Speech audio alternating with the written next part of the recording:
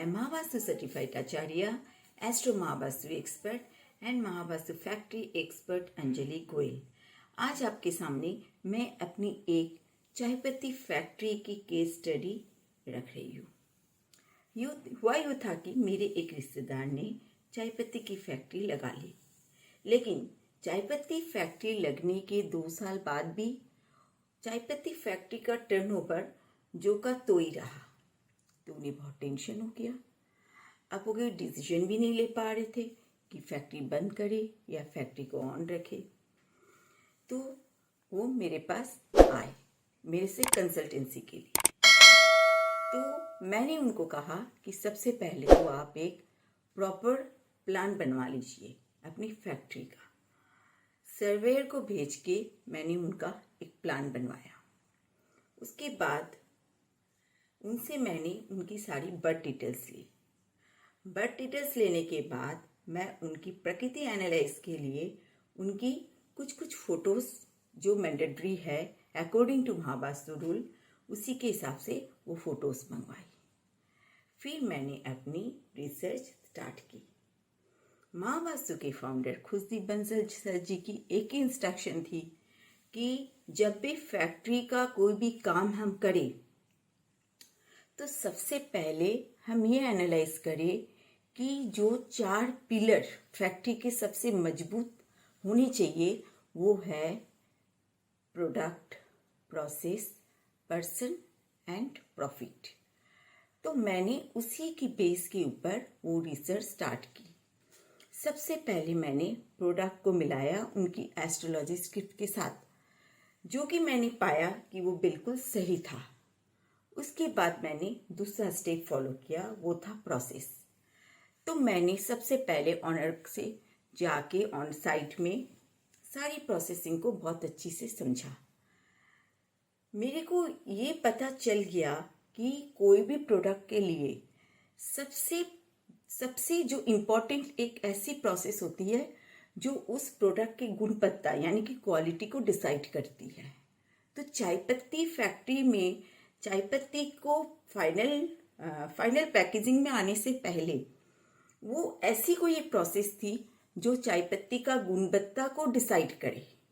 तो मैंने पाया एक sun warming process and house warming process, ये 2 प्रोसेस बहुत इंपॉर्टेंट होती है। इस प्रोसेस से पहले क्या होता है, चाय पत्ती को जब चाय बागान से तोड़ा जाता है, ये एक फ्लैश के रूप में होती है। 2 लीव्स एंड 1 बर्ड्स के पेड़ में ये तोड़ा जाता है। इसको लाके जब फैक्ट्री में सुखाया जाता है सन से ग्लास सेट के अंदर, और फिर उसको एक बैम्बू ट्रे में करके उसको हाउस वार्मिंग प्रोसेस में डाला जाता है। तो ये जो 2 प्रोसेस हो रही थी, ये उन एस्ट्रोलॉजी स्क्रिप्ट के हिसाब से एस्ट्रोवास्तु कैलकुलेशन करने के बाद वो गलत जोन पे हो रहा था। तो मैंने क्या किया, वो दोनों एक्टिविटीज को आपस में स्वैप करवाया। हाउस वार्मिंग की जगह sun warming process and sun warming की जगह हाउस वार्मिंग प्रोसेस को सेट किया। उसके बाद मैंने थर्ड प्रोसेस पे जाने का फैसला किया, जो था प्रकृति एनालाइज। प्रकृति के अकॉर्डिंग पर्सन को उसी की पोजीशन देना। तो मैंने पाया वो जो बंदा था वो फायर वाटर प्रकृति का इंसान था। फायर वाटर वाले जो होते हैं ये ज़्यादातर फैक्ट्री ओनर्स होते हैं और ये धरती धकेल होते हैं, लेकिन उनकी जो कैबिन आ रही थी वो जल तत्व की दिशा में, वाटर जोन में उसकी जो कैबिन आ रही थी।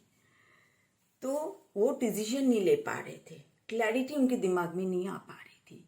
तो मैंने उनका सिटिंग पोजीशन यानी कि उनका जो फर्स्ट बॉक्स था उनके अकॉर्डिंग उनकी जो सिटिंग पोजीशन थी और जो उनकी प्रकृति से भी मैच खाता था, वहाँ उनको सिटिंग पोजीशन दी। उसके बाद मैंने देखा कि मार्केट में उनकी चाय पत्ती की जो डिमांड है वो क्यों नहीं हो पा रही है।